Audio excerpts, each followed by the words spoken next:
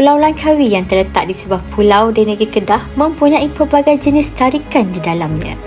Antara tarikan tersebut adalah suasana pantainya yang sangat bersih dan cantik. Keindahan Pulau Legenda ini sangatlah banyak kerana ianya menyimpan 1001 rahsia yang menjadi teladan dan pengajaran kepada rakyat jelata.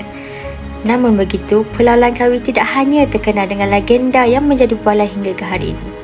Malah, ianya terkenal dengan hidupan laut yang terdapat di sini, terutamanya bagi golongan nelayan tempatan. Hidupan laut beronok adalah salah satu daripada sumber punca mencari rezeki nelayan di sini.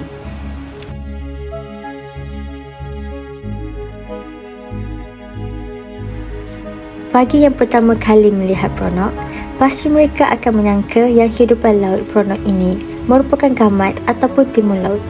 Namun, ianya ternyata sangat berbeza dan memiliki keunikannya yang tersendiri.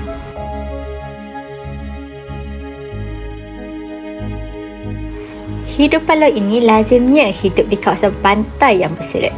Selain dari keunikannya yang berbentuk seakan gamat, ianya juga boleh dijadikan sebagai sumber makanan eksotik.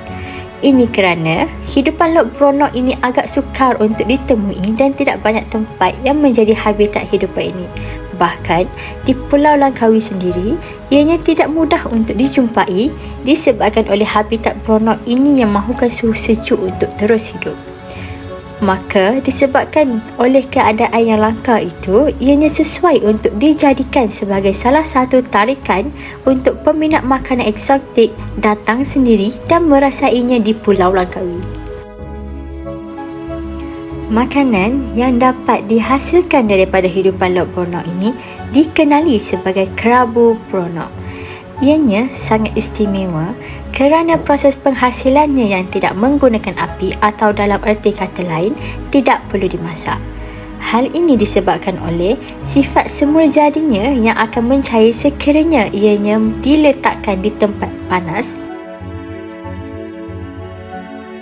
Bagi saya, susah nak dapat benda dia dekat tempat lain. So memang dia kena dapatkan dekat Langkawi. Dia memang rasa macam ni. Rasa macam crispy macam tu. So, sebabnya saya pun first time dengar beronok ni daripada suami. So bila saya datang sini berjumpa, abang rasa best lah. Sangat best.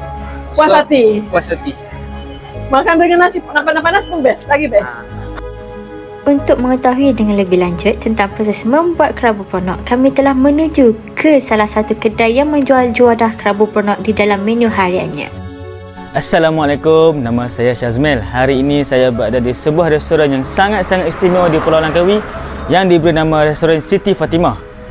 Di restoran ini ada menyajikan makanan yang eksotik iaitu kerabu beronok yang hanya boleh didapati di Pulau Langkawi.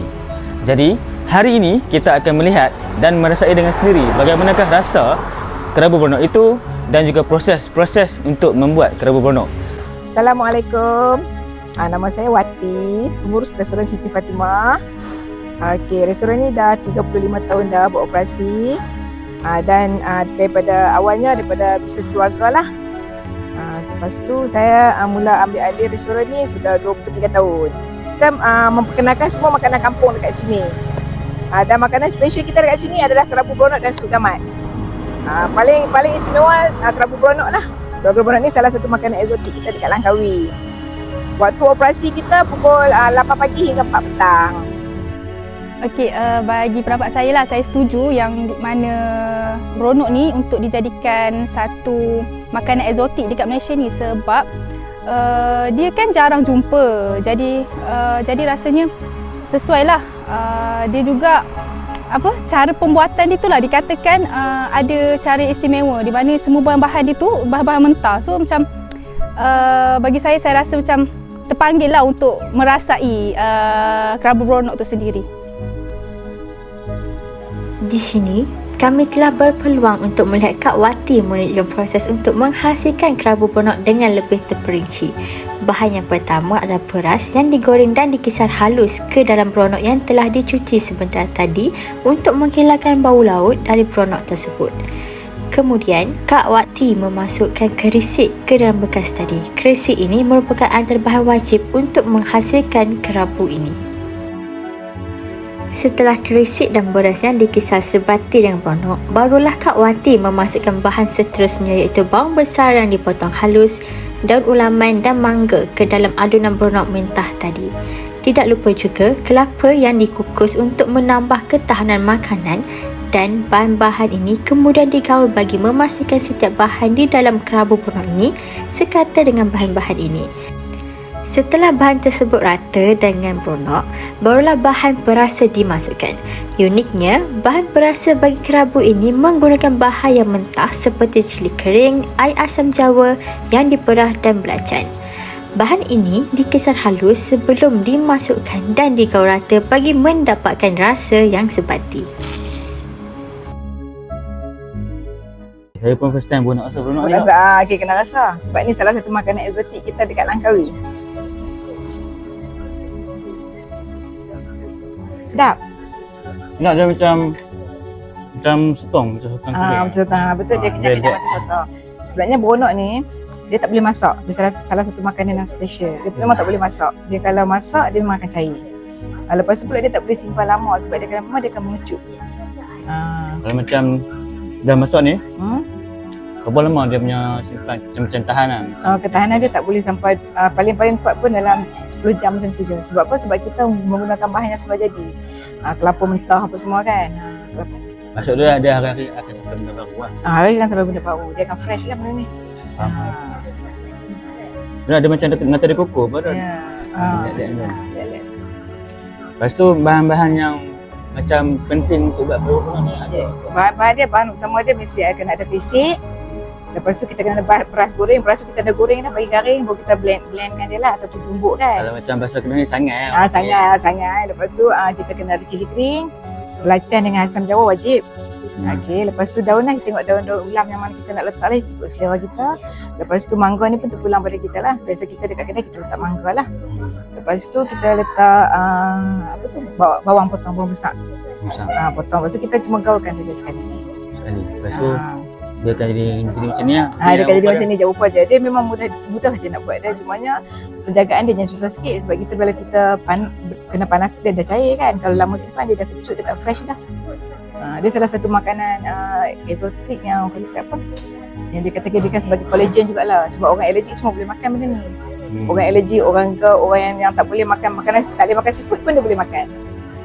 So macam kalau sampai dekat ekor kan, proses nak basuh dia tu, dia kena basuh.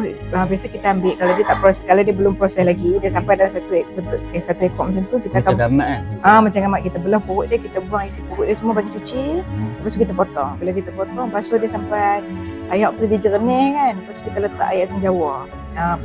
Biar kasat air asam jawa baru kita bilas. Sebab dia asam jawa tu dia nak bagi hilangkan bau air laut tu kan. So waktu basuh asam jawa tu penting. Penting. Waktu nak buat beronok, kerabu ni kerisik tu penting. Kerisik tu penting. Kerisik dia nak sedap balik kerisik dengan perasa dia tu lah kan. Kalau dia tak ada perasa tu, dia memang tak ada rasa apa, kosong je. Tapi kalau tengok tadi kau buat kat tak buah garam bawah mana? Dah letak secukup rasa dalam cabai kering tu. Cabai kering. Tapi tak payah banyak sangat. Sebab apa? Sebab dia ni memang kadang-kadang macam ada, orang cakap ada semula jadi. Nanti kalau kita letak garam masin sangat, dia tak ada rasa dia dah. Sebab mangga dah rasa masam kan. Lepas tu daun-daun tu kadang ada rasa lemak-lemak dia daun-daun dah. Musim hari-hari biasa kan kita akan buat 5 kilo hingga 10 kilo lah. Tapi kalau macam hari cuti sekolah je ni kita buat hingga 15 kilo macam tu. Tapi kita buat berperingkat, tak buat serentak. Sebab benda ni dia mudah rosak. Jadi kita akan buat peringkat-peringkat lah, 2 kali buat, 3 kali buat kan. Kita top up balik benda tu lah. Dia memang akan membuang kerak. Sebab dia mentah kan, dia semua mentah. Kelapa mentah, beronok mentah, lepas tu berah-berah mentah, kerisik mentah kan, daun-daun mentah. Tak ada So dia memang makanan macam kalau kat Jepun tu orang panggil sashimi kan. Lepas tu pula kalau orang cakap ni lebih kurang salad Malaysia lah. Salad Malaysia. Sebab dia semua mentah kan, yang fresh punya. Dia ada main pada laut. Betul-betul buat dia makan. Betul lah, kalau kita masak mungkin dia, ketahanan dia sikit macam gamat. Dia ada ketahanan dia walaupun dia setengah orang dia tak tahan pokok juga kan. Tapi macam ni memang dia betul-betul fresh, mentah. Jadi seperti tadi anda semua telah melihat dengan sendiri bagaimanakah bentuk dan juga rupa kerabu beronok yang terdapat di Pulau Langkawi ini. Makanan eksotik ini hanya boleh didapati di Pulau Langkawi. Sekiranya anda berminat untuk merasai sendiri dan mengetahui dengan lebih lanjut bagaimanakah rasa kerabu beronok ini, datanglah ke restoran Siti Fatimah. Sekian daripada saya. Terima kasih. Bye-bye.